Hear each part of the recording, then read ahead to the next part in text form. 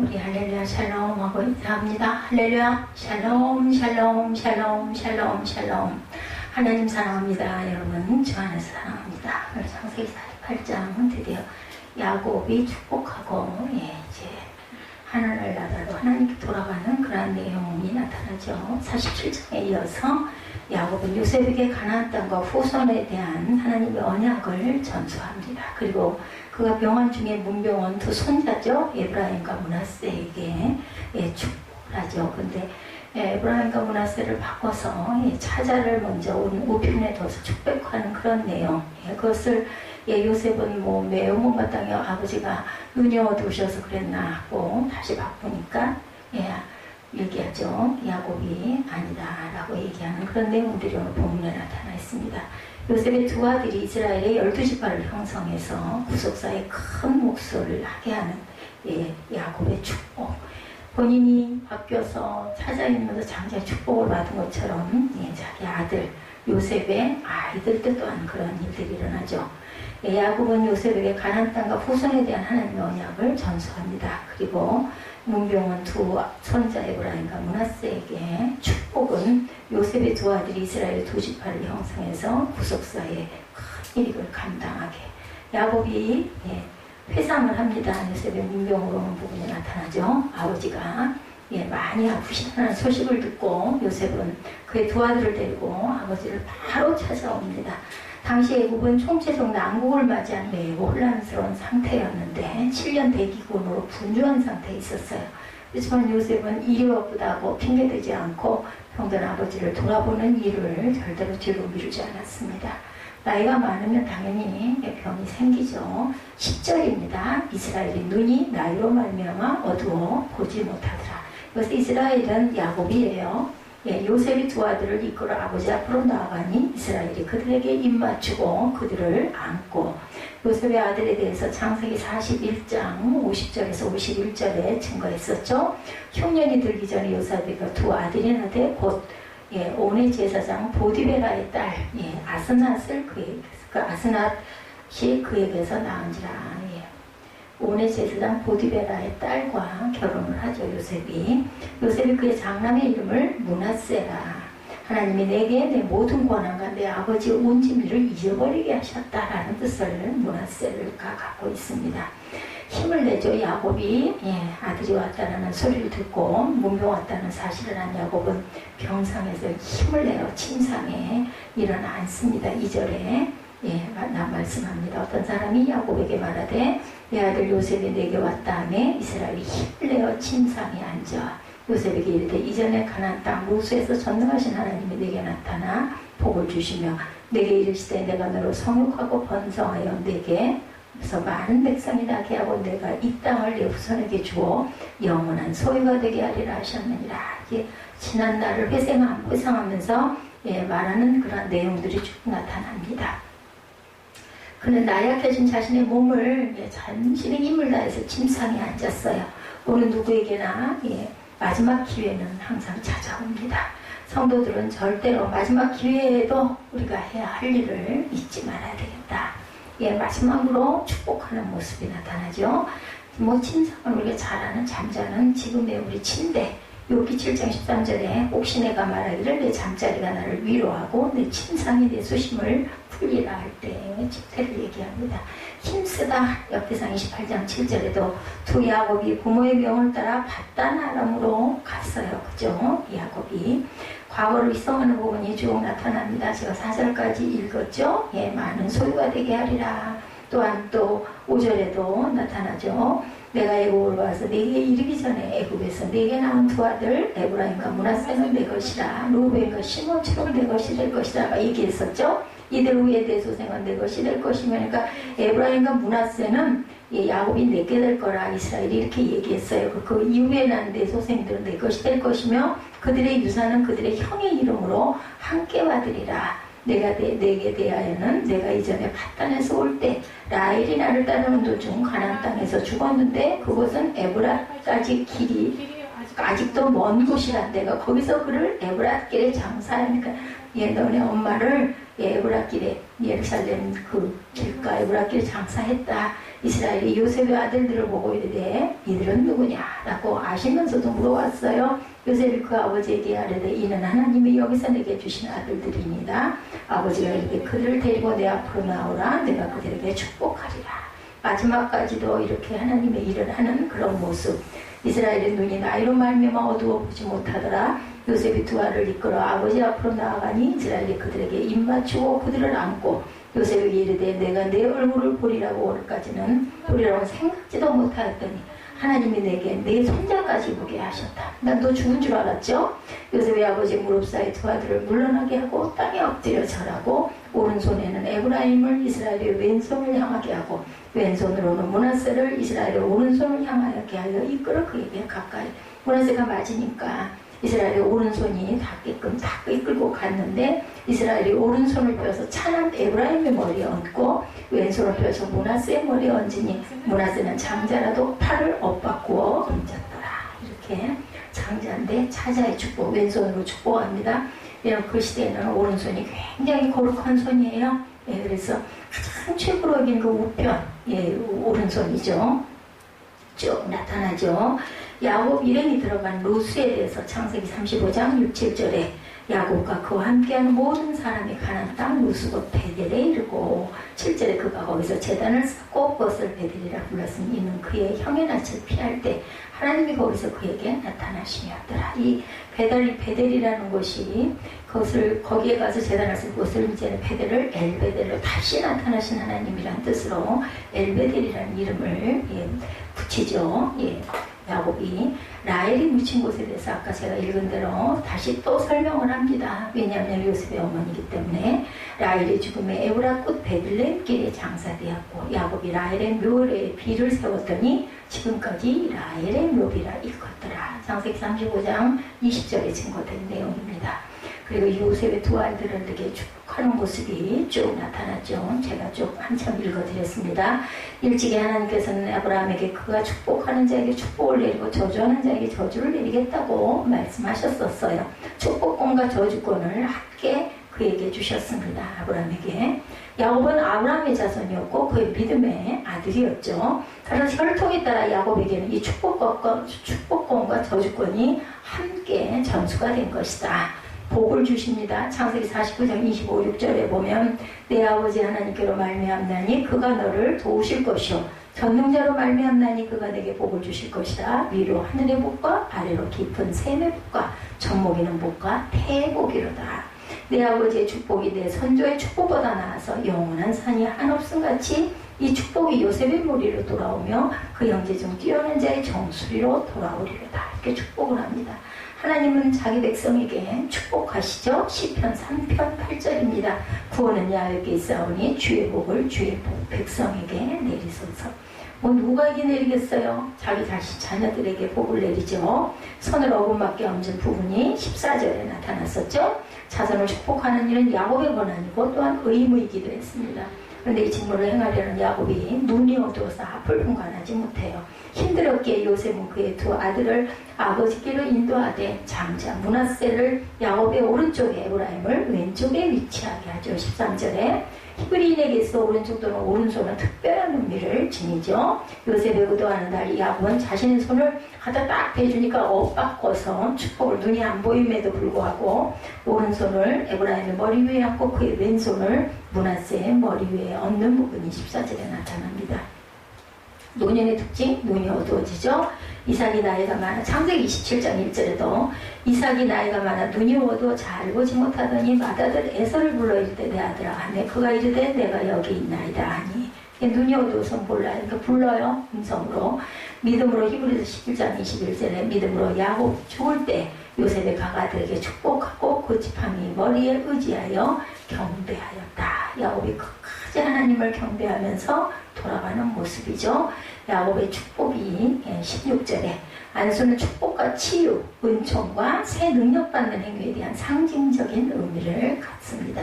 야곱은 요셉의 두 아들의 머리에 손을 얹고 축복하죠. 그는 내 조부 아브라함과 아버지 이삭을 섬기던 하나님 나의 하나님으로부터 지금까지 나를 기르신 하나님이다. 이렇게 나서부터 죽을 때까지 나를 기르신 하나님이다. 그리고 하나님의 보호하심을 상기하며 이들로 세상에서 번식되게 하기를 축복합니다. 우편은 즐거움의 방향이죠. 이사야 16장 11절 이러므로 내 마음이 모압을 위하여 수금같이 소리를 말하며 내 창자가 기라셋을 위하여 그러하도다. 최상의 것으로 주시죠. 시편 81편 16절에 또 내가 기름진 밀을 그들에게 먹으며 반석에서 나오는 꿀로 너를 만족하게 하리라 하셨더라. 야곱의 축복이 이어집니다. 에브라임과 므낫세의 축복이죠. 17절에 아버지가 장자 므낫세의 머리 위에 좌수를 올린 것을 본 요셉은 이것을 옳게 여기지 않았다라고 나타납니다. 그래야 요셉은 아버지의 손을 바꾸어 놓으려고 하죠. 17절에 이에 야곱은 자신이 몰라서 그런 것이 아님을 밝히고 아우 에브라임이 장자 므낫세보다 더 큰 족속을 이룰 것을 예언하고 그대로 축복을 하는 부분이 19절에 나타나 있습니다. 18절부터 볼까요? 그의 아버지에게 이르되 아버지여 그리 마옵소서 이는 장자이니 오른손을 그의 머리에 얹으소서 하였으나 그의 아버지가 허락하지 아니하며 이르되 나도 안다 내 아들아 나도 안다 그도 한 족속이 되며 그도 크게 되려니와 그의 아우가 그보다 큰 자가 되고 그의 자손이 여러 민족을 이루리라 하고 그날에 그들에게 축복하 이르되 이스라엘이 너로 말미암아 축복하기를 하나님이 내게 에브라임 같고 므낫세 같게 하시리라 하며 에브라임을 므낫세보다 앞세웠더라. 이스라엘이 요셉에게 또 이르되 나는 죽으나 하나님이 너희와 함께 계시사 너희를 인도하여 너희 조상의 땅으로 돌아가게 하시려니와 내가 네게 네 형제보다 세겜 땅을 다 주었나니 이는 내가 내 칼과 활로 아무리 족속의 손에서 빼앗은 것이다. 그러니까 요셉 형제 다른 형제보다도 요셉에게는 이 세겜 땅을 더 특별히 주었다라는 거죠. 이것은 내가 칼과 활로 아무리 족속의 손에서 빼앗은 내가 싸워서 전쟁에서 싸워서 빼앗은 땅이다 라고 축복하며 더 주는 부분이 나타납니다. 므낫세도 한 족속이 되면 크게 될 것이라고 같이 축복을 합니다. 그렇지만 므낫세보다는 에브라임이 더 큰 계보를 이룰 것이다. 초태생의 장자에 대해서 출애굽기 13장 2절에 보면 이스라엘 자손 중에서 사람이나 짐승을 막론하고 태에서 처음 난 모든 것은 다 거룩하게 구별하여 내게 돌리라. 이는 내 것이니라 하시니라. 장자는 첫 아들을 얘기하죠. 창세기 10장 15절에 가나안은 장자 사돈과 헷을 낳고 이렇게 시작이 됩니다. 장자가 그래서 참 첫 번째 태어난 아들이고 첫 태생이기 때문에 중요하죠. 요셉의 축복에 대해서 21절에도 에브라임과 므낫세를 축복한 야곱은 요셉에게 나는 죽으나 하나님이 너희와 함께 계시사 너희를 인도하여 너희 조상의 땅으로 돌아가게 하신다. 그리고 요셉에게 다른 형제들보다 일부분을 더 주었다. 이렇게 축복한 내용 봤죠? 이것은 평에 기인된 것이 아니라 요셉의 형제들과는 비교가 안 되는 가정을 구원하는 위대한 일을 했기 때문이다. 그렇죠? 죽을 뻔한 가뭄으로 인해서 죽을 뻔한 이 가족이 온 가족이 그죠? 아주 잘 지내게 되죠. 고센담에서 이런 큰 상을 내린 겁니다. 하늘에 속한 신령한 축복 에베소서 1장 3절입니다. 찬송하리라 하나님 곧 우리 주 예수 그리스도의 아버지께서 그리스도 안에서 하늘에 속한 모든 신령한 복을 우리에게 주셨다라고 증거합니다. 넘치게 주시죠. 주시는데 사무엘하 7장 29절에 이제 청하건대 종의 집에 복을 주사 주 앞에 영원히 있게 하옵소서. 주 야훼께서 말씀하셨사오니 주의 종의 집이 영원히 복을 받게 하옵소서 하니라. 이렇게 그 복을 받기 위하여 사모하는 부분이 사무엘하 7장 29절에 나타납니다. 야곱의 죽음은 아브라함으로부터 시작된 이삭과 야곱의 족장사가 막을 내리는 그러한 그 시작이 됩니다. 이러한 48장의 내용을 통해서 한 인간 야곱이 죽어가는 대신 이스라엘 민족은 태어나야 12지파가 탄생이 되죠. 놀라운 가지가 12가지가 번져나가게 되는 아주 복의 근원이 되었어요. 오늘 보면 야곱 가족교회는 창세기 12장부터 시작돼서 정말 길게 온 것 같지만 어찌됐든 그죠? 몇 대로 이루어지죠. 아브라함부터 시작을 해서 3대째 4대가 되면서 요셉에서 12지파가 형성이 됩니다. 하나님께서는 아브라함을 불러내시고 너는 복의 근원이 되리라 말씀을 하셨어요. 이때부터 교회는 성도는 자신이 복을 받을 뿐만이 아니라 그 복을 자손들에게 넘겨주고 다른 사람에게도 나누어 주게 되는 역사가 일어납니다. 복의 근원이라는 것은 그죠? 아브라함 교회는 복을 잠글 수도 열 수도 있는 열쇠, 그죠? 천국 열쇠가 됩니다. 그들이 축복하면 복이 임하고 저주하면 저주가 임하기 때문에 그 축복권을 주셨죠. 하나님께서 아브라함에게 세상을 살릴 수도 있고 죽일 수도 있는 사람이 복의 근원. 그렇죠. 예수님께서도 베드로에게 교회 비밀을 말씀하시면서 천국엔 천국 열쇠가 있다라고 이 반석 위에 내가 내 집을 세우리라고 말씀하셨습니다. 땅에서 무엇이든지 교회가 풀면 하늘에서도 풀릴 것이고 교회가 무엇이든지 매면 하늘에서도 매인다. 천국 열쇠니까 하나님의 자녀된 저와 여러분은 이렇게 축복의 권세가 있는 자들이다. 복의 근원들이기 때문입니다. 여러분들을 축복하는 자를 하나님이 축복하실 것이고 여러분들을 저주하는 자를 하나님이 저주하실 것이라는 것. 저와 여러분 손에는 심장 속에는 축복권이 있다는 것을 잊지 마시기 바랍니다. 요셉은 아버지 야곱이 병들었다는 소식을 듣고 어떤 자녀들보다도 제일 먼저 아버지에게 달려갑니다. 갈 때 혼자 가지 않고 자녀들을 데리고 가죠. 므낫세와 에브라임 두 아들을 데리고 갑니다.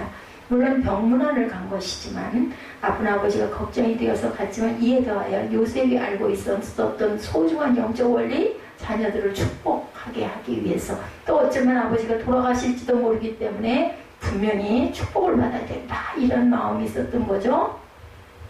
아브라함과 이삭과 야곱 믿음의 조상에겐 축복의 권세가 있다는 사실을 요셉도 알고 있었다. 자식을 축복하는 일은 부모가 가진 가장 고귀한 권세고 가장 무거운 책임이기도 합니다. 잠자리에 들 때 하루 일과를 시작할 때 가정에서도 부모가 자녀에게 이렇게 축복을 해야 됩니다.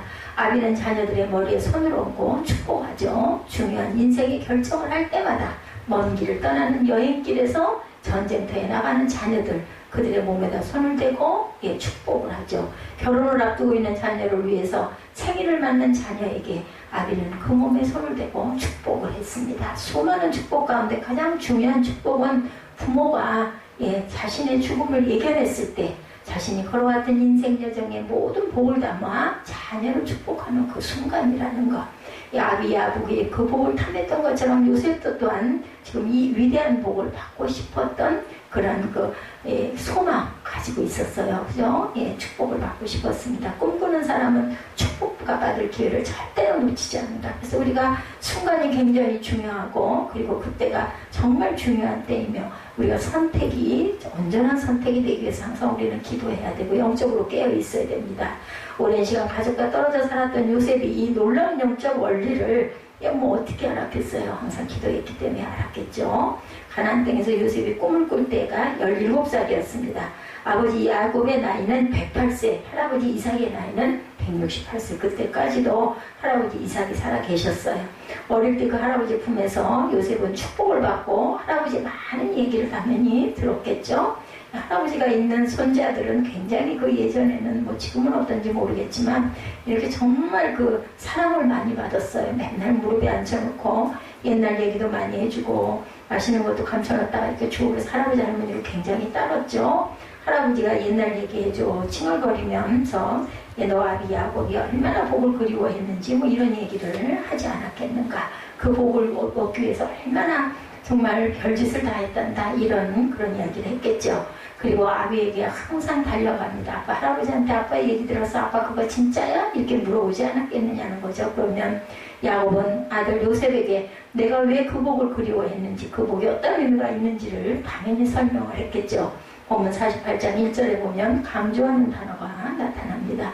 이 일 후에 어떤 사람이 요셉에게 말하기를 내 아버지가 병들었다 하므로 그가 곧 두 아들 므낫세와 에브라임과 함께 이르렀다. 이 단어, 아버지가 병들었다는 소식을 듣고 그가 곧 달려왔다, 이렇게 나타납니다. 그가 곧, 그죠? 두 아들 므낫세와 에브라임과 함께 이르렀다라고 얘기합니다. 말의 권세는 굉장히 중요합니다. 하나님의 사람들은 무엇이 가장 소중하고 귀한지를 우리가 알고 살아가야 되는데, 축복하는 말, 믿음, 꿈, 비전, 이런 것들은 눈에 안 보여요. 사실은 축복 해봤댔죠. 그걸 정말 전심으로 받는 사람도 있겠지만 그냥 하나의 그 의식이다, 이렇게 생각하고 받는, 빨리 지나가라, 이런 사람도 있을 겁니다.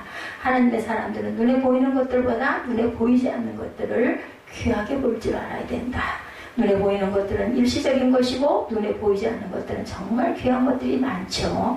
그것들이 영원한 것들일 수 있습니다. 아버지가 축복한다 그랬을 때 아버지 축복은 무슨 축복이요? 현금으로 주셔. 예, 뭐 이렇게 얘기할 수도 있겠죠. 그것보다 더 귀한 축복이 있음을 우리가 알아야 되는데 아이들은 당연히 그럴 것 같아요. 뭐 그거 뭐 안수 안 받으면 어때? 차라리 돈이 좋지. 이럴 수 있겠죠. 축복하는 말은 눈으로도 볼 수 없고 손으로도 만질 수 없고 뭐 축복했다 해서 그게 뭐 이루어지리라는 법도 없고 이렇게 생각이 되죠. 그것은 내 인생의 미래를 결정한다는 것을 예, 믿는 사람은 믿겠지만 예, 거의 그거보다는 현금이 더 중요할 수도 있습니다. 믿음의 조상들은 눈에 보이는 유산보다 엄청 귀한 유산이 눈에 보이지 않는 유산이 믿음이고 축복인 것을 알았다. 믿음의 조상들은 특별히 부모는 자녀의 예언자입니다. 부모의 예언대로 축복한 대로 자녀의 미래가 결정되어집니다. 이 땅을 사랑하는 모든 사람의 말에는 힘이 있다라는 것. 좋은 말이나 나쁜 말이나 그것이 그죠? 힘이 있다라는 걸 잊지 말아야 되겠다. 자신이 늘 하는 말은 자신의 미래를 결정한다는 것도 생각을 해야 됩니다. 그래서 부정적인 말보다는 긍정적인 말을 항상 해야 되겠죠. 민수기 14장 28절에 야훼의 말씀에 내 삶을 두고 맹세하노라. 너의 말이 내 귀에 들린 대로 내가 너희에게 행하리니 이렇게 하나님이 말씀하셨어요. 여호와의 말씀에 내 삶을 두고 맹세한다고 하나님이 말씀하십니다. 내가 맹세해 너의 말이 내 귀에 들린 대로 내가 너희에게 행할 것이다. 신구약 성경 가운데 이렇게 하나님께서 자신의 인격과 삶을 걸고 맹세한 얘기는 없어요. 예, 민수기 2구절 외에는. 마가복음 11장 23절에 그 말하는 것이 이루어질 줄 믿고 마음에 의심하지 아니하면 그대로 되리라 이렇게 증거되어 있습니다. 잠언 18장 21절에도 죽고 사는 것이 혀의 힘에 달렸나니 이렇게 증거하고 있습니다. 그러니까 분명한 것은 우리가 입술로 고백하는 대로 되어진다는 것을 절대 잊지 말아야 되겠다. 말은 우리 자신과 환경을 변화시키는 놀라운 능력이 있는데 내가 자녀들에게 쏟아놓았던 모든 말은 내 자식의 미래를 결정한다는 것. 기적의 언어를 선포하면 기적을 맛보고 살아간다는 것. 부정적인 말은 인생을 부정적으로 만들고 부정적인 인격을 만들고 긍정적인 말은 인생을 긍정적으로 만들고 긍정적인 인격을 만드는 이걸 만약에 정말 절대로 알고 깨달았다면 우리가 부정적인 말을 할 때 아차하고 입을 다물겠죠. 그리고 후회하겠죠. 그리고 조금씩 줄어들겠죠. 근데 뭐 그냥 나오는데 그런 게 어딨어 하는 사람들은 끊임없이 부정적인 말만 쏟아붓습니다. 그 생각 자체가 완전히 부정으로 물들어 있으면 어떤 것도 긍정으로 보이질 않습니다. 모든 게 다 그 기준으로 보여지기 때문에 예, 말에 대한 히브리인들의 생각은 정말로 놀라웠다고 그래요. 왜냐하면 말씀이 천지를 창조했기 때문이다. 예, 그죠? 그들은 아주 그냥 정말 아주 골수에 그냥 박혀있는 말씀의 인격이 있고 예수님은 천지를 창조하시고 운행하시는 태초의 말씀 자체이시기 때문에 하나님의 말씀에 또한 능력이 있죠. 히브리서 4장 12절에 하나님의 말씀은 살아있고 활력이 있어 좌우의 날선 어떤 검보다 예리하여 혼과 영과 및 관절과 골수를 찔러 쪼개기까지 하며 말은 칼이 될 수 있다 이렇게 얘기하죠. 예, 혼과 영과 관절과 골수를 찔러 쪼개기까지 한다. 이 말씀, 하나님의 말씀, 이 예리한 어떤 검보다도 더 예리하다. 잘 사는 사람을 찔러 죽일 수도 있고 병들어 죽어가는 사람을 수술해서 살릴 수도 있는 것. 넘어진 사람을 일으키고 죽은 사람을 살릴 수 있는 힘이 말에 있다고 성경은 말씀합니다. 요셉은 할아버지 품에서 그리고 아버지에게서 아주 어릴 때부터 축복의 소중함을 배웠겠죠. 어린 날. 그런 자신의 아들 므낫세와 에브라임에게 이 놀란 축복의 권세를 가르치고 싶었던 거죠. 내 아버지가 부어주신 복은 반드시 이루어진다. 내 심령밭에 떨어진 좋은 말은 반드시 싹이 나고 자라고 열매를 맺는다. 요셉은 이렇게 믿었던 겁니다. 우리의 자녀들이 엄마 아빠보다 머리가 자란 다음에 머리에 손을 얹고 축복하려고 하면은 왠지 좀 그저 부담이 됩니다. 뇌의 구조가 커지기 전에 자녀에게 축복하는 법을 가르치는 게 훨씬 좋다. 어렸을 때는 막 엄마가 아빠가 이렇게 해서 막 안고 기도해주고 머리에다 손 넣고 손 얹고 기도하고 하면은 되게 좋아하잖아요. 안수해주고 하면 좋아합니다. 근데 자라면은 뻣뻣해지죠. 그렇기 때문에 어린 날 많이 축복을 해야 됩니다. 우리의 자녀들은 정말 너무 커버려서 축복의 기회를 잃어버렸네. 이렇게 돼서는 안 되죠. 늦었다고 생각할 그런 때가 이런 때니까 열심히 축복을 해야 됩니다. 제가 아들이 예외로 온전하게 안 드리고 할 때 그냥 아주 미워요. 졸고 앉았고. 정말 안 소리지기 싫은 마음이 들어요. 근데도 그냥 어떡하겠어요. 해야죠. 더구나 초음이다 보니까. 그래서 지난주에는 뭐 등짝을 그냥 졸고 앉았길래 그냥 다 때렸어요. 때렸더니 하더라고요. 이제는 좋은 사람들은 등짝을 때릴 겁니다. 예로의 축복의 권세가 회복되어질 줄로 믿습니다. 저와 여러분들이 자녀를 소중한 주변의 사람들을 축복할 수 있는 복의 근원으로 살아가시길 바랍니다. 축복의 의미는 야곱은 지금 일어나기 진짜 힘들 만큼 노쇠한 상태였어요. 요셉이 왔다는 얘기를 듣고 2절에 보면 침상에 일어나졌다 이렇게 나타납니다. 아마 숨을 가쁘게 몰아쉬고 있었을 것이고 축복하기 전에 몇 가지 중요한 사실을 상기시키고 얘기하죠. 3절부터 보면 그 삼촌 나반의 집을 향해서 가는 길에 루스 발판에서 하나님을 내가 만났는데 그 하나님은 전능한 하나님이었고 나에게 복을 주셨다라고 고백하는 분이 나타납니다. 그리고 그 복은 내 후손에게 대를 이어 흘러 것이다 라고 증거하죠. 복은 인간의 것이 아니라 누구 거예요? 하나님의 손 안에 있는 겁니다. 근데 지금 야곱이 내 것인 양 자식을 축복합니다. 왜? 하나님께서 그렇게 복을 전수해 주셨기 때문이죠. 원문은 창세기 35장에 기록되어 있습니다. 원문과 간증하는 오늘 본문을 비교해보면 다른 모든 말은 그대로 간증하는데 한 말씀을 빼놓고 있습니다. 왕들이 내 허리에서 나오리라. 35장 11절에 말씀은 생략하고 요셉에게 전해집니다. 다윗 왕과 수많은 왕들, 예수 그리스도는 요셉의 가문이 아니라 유다의 가문에서 탄생될 것이기 때문에 유다에게 줄 복이었기 때문에 요셉에게 그 복을 빼고 이게 축복을 하죠. 그래서 요셉에게는 전혀 얘기하지 않습니다. 자신이 일찍 하나님의 복을 이루기 위해 고향 땅 가나안으로 돌아오다가 요셉의 어머니 라헬이 죽은 얘기를 들려줍니다. 요셉의 어머니이기 때문에 축복하는 좋은 시간에 사랑하는 아내를 잃었던 슬픈 이야기를 들려주는 이유는 그 길은 임산부 라헬에겐 너무 먼 길이었다. 굉장히 고달픈 길이었습니다. 그래서 격한 곳이었다. 개혁 번역에는 이렇게 나와 있는데 베냐민을 낳다가 죽죠. 내가 지금 축복하는 하나님의 축복은 하나님의 약속은 사랑하는 아내 요셉에겐 사랑하는 어머니를 잃으면서까지 이루어져야 할 지상과제였음을 상기시키는 거죠.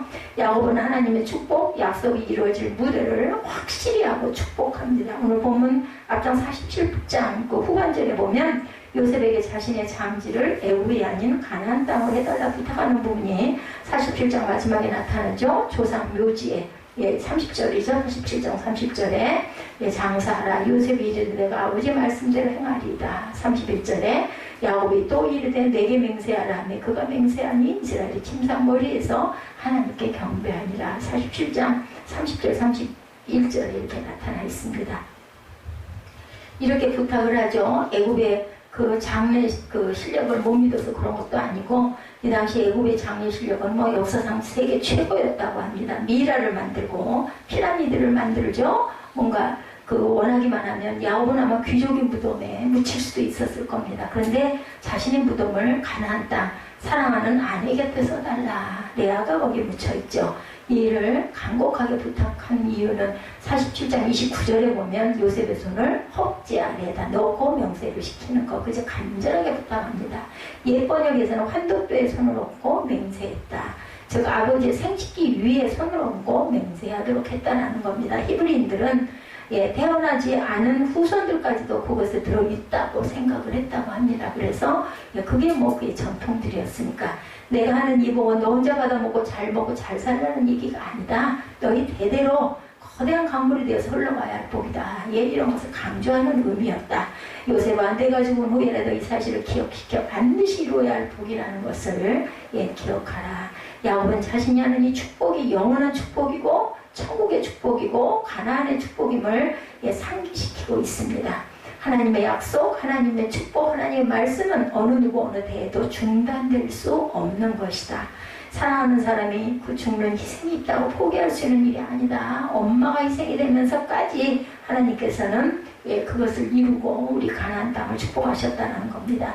야곱은 자신이 주고 운구 행렬이 가나안을 가게 합니다. 그 이유는 최급 예형 연습을 시키고 싶었던 것이기도 합니다. 지금은 애굽에 살고 있지만 우리의 꿈, 우리의 마음, 우리의 비전, 축복을 애굽에 절대로 빼앗기지 않겠다라는 거죠. 여기는 이방 땅이다. 우리가 아무리 잘 살았어도 우리는 우리 고향으로 하나님이 축복한 것으로 우리는 돌아가야 된다. 그래서 야곱 가족교회의 마음을 가나안에 묻어두고 싶었다. 내 시신을 온 가족이 가나안까지 가서 묻고 돌아올 때 그것은 내 신이 묻히는 것이 아니라 너희들이 꿈이 묻힌 것이다 라는 것을 상징적으로 나타냅니다. 너희들의 축복이 묻히는 곳, 거기다 마음을 묻고 와야 된다. 너희들의 꿈을 거기다 묻어놓고 돌아와야 된다. 그리고 다시 그곳으로 너희는 돌아갈 것이다. 언젠가는 그 꿈, 축복, 비전을 향하여 가나안 땅으로 돌아가게 될 것이고 이것을 자손들에게 가르치시고 싶었던 거죠. 이스라엘은 돌아가면서. 이처럼 야곱은 축복이 가는 의미를 확실히 해놓고 축복을 시작합니다. 하나님이 내게 복을 주셨다. 그래서 나도 너에게 그 복을 전수한다. 그 복은 가나안으로 돌아가 반드시 이루어야 한다. 이것은 내가 너에게 주는 복이 아니라 하나님이 내게 말씀하고 하나님이 내게 주는 복이다. 또한 축복에는 계급이 있구나. 드디어 야곱이 요셉을 축복하는데 요셉에게 직접 축복하지 않고 요셉의 두 아들을 자신의 아들로 입양하여서 므낫세와 에브라임을 축복합니다. 이것은 요셉을 장자로 인정하여 12지파 가운데 두 몫을 차지하게 한 거예요. 야곱은 요셉을 축복하며 자신의 가슴속에 터져나오는 감동을 쏟아냅니다. 나는 너를 잃은 줄 알고 다시는 내 얼굴 보지 못하리라 생각했는데 내게 복을 주어서 내 얼굴뿐만 아니라 내 자손들 나의 손자들을 보게 해주시는구나. 얼마나 하나님은요 우리에게 생각하고 있는 것보다 더 훨씬 큰 걸 나중에 생각해보면 나는 생각지도 못했던 축복을 꼭 주신다라는 걸 잊지 마시기 바랍니다.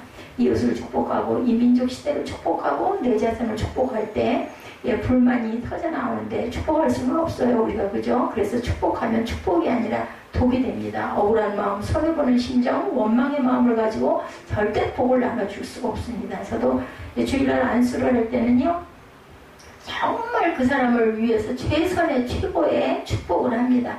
그 개인적인 미움 감정이나 마땅치 않은 그런 것들이 절대로 하나도 일어나지 않도록 그렇기 때문에 제가 미울 때는 가끔 축복을 안수를 안 하겠다고 할 때가 가끔 있습니다. 특별히 이게 가족인 경우에 제 아들인 경우에는 정말 축복해주기 싫어요. 미워가지고. 근데도 어떻게 해요 하고 축복을 하다 보면 전심으로 축복을 하게 됩니다. 정말 이 녀석 내가 이거 축복 하고 싶지 않아. 이런 마음이 듭니다. 축복 과정에서 재미있는 그림, 요셉이 아이들을 물리고 큰 절을 하죠. 그리고 아비의 오른손 밑에 아들의 머리를 다 갖다 놓는 부분이 본문에 나타나죠. 왼손 밑에 둘째 머리를 갖다 놨습니다. 축복의 기본은 오른손이기 때문에. 그런데 그 아버지 손을 탁 X자로 뒤집죠. 요셉의 아버지 틀렸어요. 여기가 큰 놈이에요. 19절에 나도 안다. 아들아 나도 안다.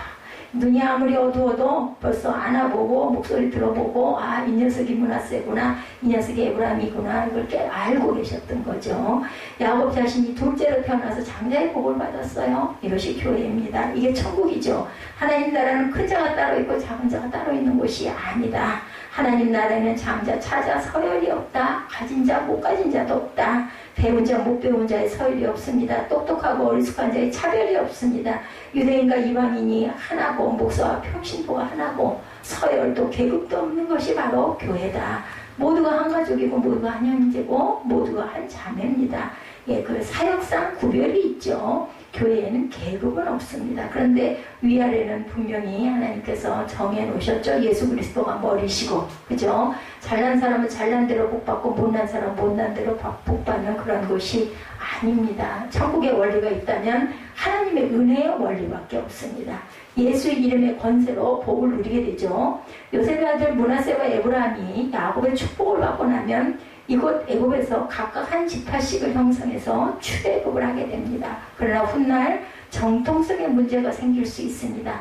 다른 10지파의 두령들은 야곱의 10명 아들은 모두 가나안 땅에서 태어나 가나안 땅에서 성장했어요. 그래서 그 뿌리가 가나안입니다. 나중에 그 지파가 가나안으로 들어가는 것은 정당한 뿌리를 찾아가는 게 맞는데 므낫세 에브라임은 가나안 땅을 본 적도 밟은 적도 없죠. 애굽에서 태어났기 때문에. 이곳 애굽에서 태어나 애굽에서 자랍니다. 때문에 그들은 뭐 예를 들면 지금으로 얘기하는 무슨 3세 그죠? 뭐 이민 3세 이런 이야기를 하는 것처럼 그렇게 됩니다. 아브라함의 직계를 할 수가 없지 않느냐는 문제가 제기될 수도 있다는 거죠. 그래서 이 정통성 시비를 차단하기 위해서 야곱이 축복한 그 한 가지가 더해집니다. 16절 하반절에 이 아이들에게 복을 주시오며 이들로 내 이름과 내 조상 아브라함과 이삭의 이름으로 칭하게 하소서. 이렇게 그저 축복을 합니다. 아무리 나이가 들었어도 젊은 사람이 생각하지 못하는 것까지 야곱은 알고 있었다. 므낫세 에브라임의 신용만으로는 12지파의 족장이 되기에 부족할 수 있다고 생각해서 아브라함의 이름으로 칭하게 하소서. 이삭 그리고 야곱 자신의 이름이 이 아이들을 보증할 것이다. 놀라운 일을 행하고 갑니다. 아브라함의 이름으로 이 아이가 살아가게 될 것이다. 이삭이 보증이 될 것이다. 내 이름을 이 아이에게 주어서 내 이름이 이 아이들을 보증하게 될 것이다. 정통성 12 이것으로 끝납니다. 우리나라 재벌 총수가 보증하면 은행에 돈 몇 억을 빌려주겠죠. 근데 우리는 안 빌려줍니다. 아브라함과 이삭과 야곱의 이름이 아니죠. 온 천지 우주 만물을 창조하시고 역사의 흥망성쇠를 움켜쥐고 계시고 역사의 시작이 되시고 끝이 되시고 심판주가 되시는 우리 주 예수 그리스도의 이름으로 우리를 보증해 주셨어요. 그죠? 예수 그리스도의 이름으로 우리는 구원을 받았고 예수 그리스도의 이름으로 우리는 하나님의 자녀가 되었고 예수 그리스도의 이름으로 우리는 하나님 나라의 상속자가 되었고 예수 그리스도의 이름으로 우리는 마귀를 물리칩니다. 그래서 물러가라 예수의 피 예수 이름으로 이렇게 우리가 고백을 하고 외칩니다. 이방인이었던 우리를 예수 그리스도 이름으로 천국 정통성을 인정해 줍니다. 온갖 죄를 짓고 죄인이었던 우리를 예수 그리스도 이름으로 의인 정통성을 우리에게 예수님이 허락해 주셨죠. 이게 복음입니다. 굿뉴스입니다. 이게 축복입니다. 그렇죠? 여기에 감동이 있고 감격이 있죠. 그래서 우리가 축복을 받으면 어떻게 돼요? 아브라함의 자손들은 이 접촉을 통해서 축복을 전달합니다. 또 안수하고 또 안수하죠. 먼저는 신체적인 접촉입니다. 몸에 손을 얹기도 하고 포옹으로 안기도 하고 손을 붙들고 기도하기도 하고 입맞춤을 하고 축복하기도 합니다. 그죠? 손자에게 입맞춤할 수 있죠. 예수님께서도 어린아이를 품에 안고 축복하셨습니다. 야곱은 므낫세 에브라임을 축복하는데 제일 먼저 키스하죠. 그리고 품에 안았습니다. 그리고 그들 머리에 손을 얹고 축복했습니다. 히브리인에게 손을 얹는다는 것은 전달의 의미. 지금 우리 안수한 것도 똑같죠. 속죄 제물을 잡을 때도 양이나 머리에 손을 얹죠. 그래서 그 사람의 죄를 다 거기다 양에다 얹어가지고 전까지 하나는 영문 밖으로 내보내고 하나는 그것의 피를 갖다가 제단에 뿌렸던 그러한 그 의식이 있었습니다. 죄가 양에게 전가되는 시간. 그래서 그 죄를 전부 다 갖다가 죽여가지고 피를 뿌려가지고 죄를 사하죠. 두 번째는 좋은 말을 통해서 아버지의 마음을 통해 축복의 말을 통해 자녀의 마음을 어루만지는 시간. 부모의 손과 좋은 말을 통해 자녀를 만지는 그 시간. 그 부모의 손은 인간의 손 이상의 의미를 갖고 있다는 것을 우리가 알아야 되겠다. 그래서 항상 우리는 그 축복으로 인해서 우리가 축복으로 자라나는 큰 축복을 받는다는 것을 잊지 않는 저와 여러분들이 되시기를 주의 이름으로 축복합니다.